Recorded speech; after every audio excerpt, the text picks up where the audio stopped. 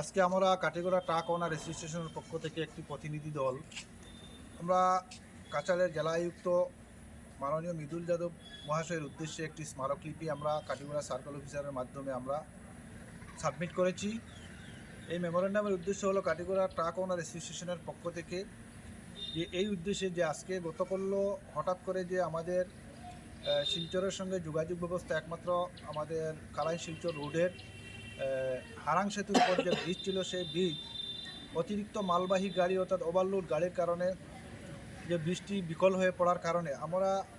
Katigorah truck ওনার অ্যাসোসিয়েশনের মাধ্যমে যেগুলা গাড়ি সিমেন্টের মেঘালয় থেকে সিমেন্ট সরবরাহ করতে আমরা ব্যবহার করছি সেই গাড়িগুলো আজকে আমরা খুব সমস্যায় জর্জরিত হয়ে পড়ছি। আজকে সিমেন্ট গাড়িগুলোতে থাকার কারণে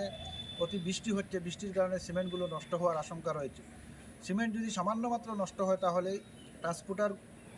ট্রান্সপোর্টাররা এই সিমেন্টগুলো তারা রিসিভ করে না, তারা মালিকের উপর সব কিছু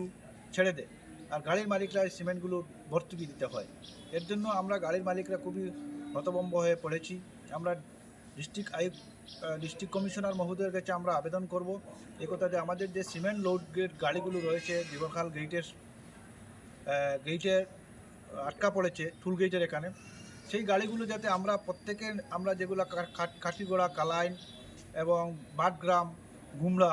এইগুলো অঞ্চলে যেগুলো আমরা মালিকরা রয়েছি সেই মালিকরা যেহেতু আমাদের নিজ নিজ বাড়ি বাসভবনের সম্মুখে আমরা গাড়িগুলো নিয়ে আসতে পারি, যেন আমরা সিমেন্টগুলোকে যাতে হেফাজত করতে পারি, বৃষ্টি থেকে সংরক্ষণ করতে পারি, কেননা বৃষ্টি হলে সিমেন্টগুলো নষ্ট হয়ে যাবে। অন্যদিকে আমরা একটা ডিমান্ড করছি যে আমাদের সিমেন্টের গাড়িগুলো বৈধভাবে রয়েছে, আমাদের গাড়িগুলোতে কোনোদিন কোনো ওভারলোড থাকে না এবং ওভারলোডের পক্ষে আমরা কোনোদিনও ছিলাম না, আজও নেই, ভবিষ্যতেও থাকবো না। আমাদের সিমেন্টের গাড়িগুলো যাতে বড়খলার অল্টারনেটিভ কোনো রাস্তা দিয়ে আমরা শিলচর নিয়ে আমরা যেন খালি করতে পারি এই ব্যবস্থা করে দেওয়ার জন্য মাননীয় জেলা আয়ুক্ত মহোদয়ের কাছে আমরা দৃষ্টি আকর্ষণ করছি। অন্যদিকে আমরা আরেকটি ডিমান্ড করছি, এই ব্রিজে যারা ওভারলোড গাড়ি চালিয়ে সিন্ডিকেটের মাধ্যমে এই রাস্তাকে বিকল করে দিয়েছে, এই ব্রিজকে ভেঙে দিয়েছে, এটাকে সঠিক তদন্ত করে উপযুক্ত শাস্তির ব্যবস্থা করার জন্য আমরা জেলা আয়ুক্ত এবং কাছাড়ের সিনিয়র পুলিশ